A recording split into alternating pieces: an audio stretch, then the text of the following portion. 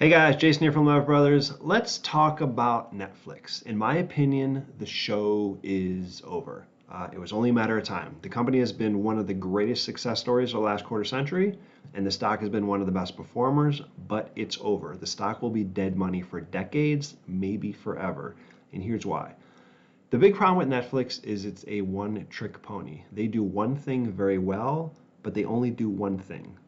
What would have happened to Microsoft if they just kept iterating on Windows 95 and nothing else? What would have happened to Apple if all they did was laptops and desktops? Or Google if all they did was search?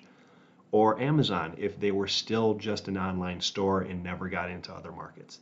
Netflix does one thing very well, but doing one thing only lasts so long. Okay, they've been so hyper focused on streaming TV that they never got into other markets. Online gaming would have been a natural. They're already experts at streaming. They already have penetration into households. Why not do gaming? Why not do audiobooks? Okay, why not get into sports? Like, I don't know. It's a big world. There are lots of opportunities out there. Netflix has a lot of smart people. They have some core competencies, but they never developed a second act that could fuel their growth when streaming slowed. Okay, so they're a one-trick pony that milked the industry for everything it had, but they've saturated the market, and there's just no growth ahead. Maybe they could raise prices a little. Maybe they could have some ads. There could be some little incremental stuff they could do. But as far as their growth goes, it is over. Um, so there are a few other issues to be had here. Okay, one is that their content is stale. Okay, I used to hear people talking about House of Cards or Breaking Bad or other hot shows.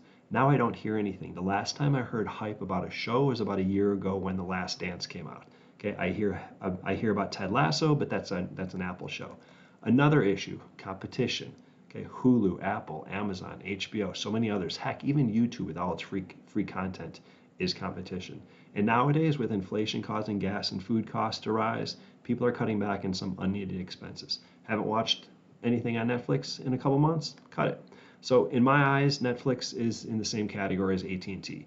On one side, they have subscribers. On the other side, they have debt and expenses. They're done growing, and unless they figure out a second act, their stock will be dead money for decades.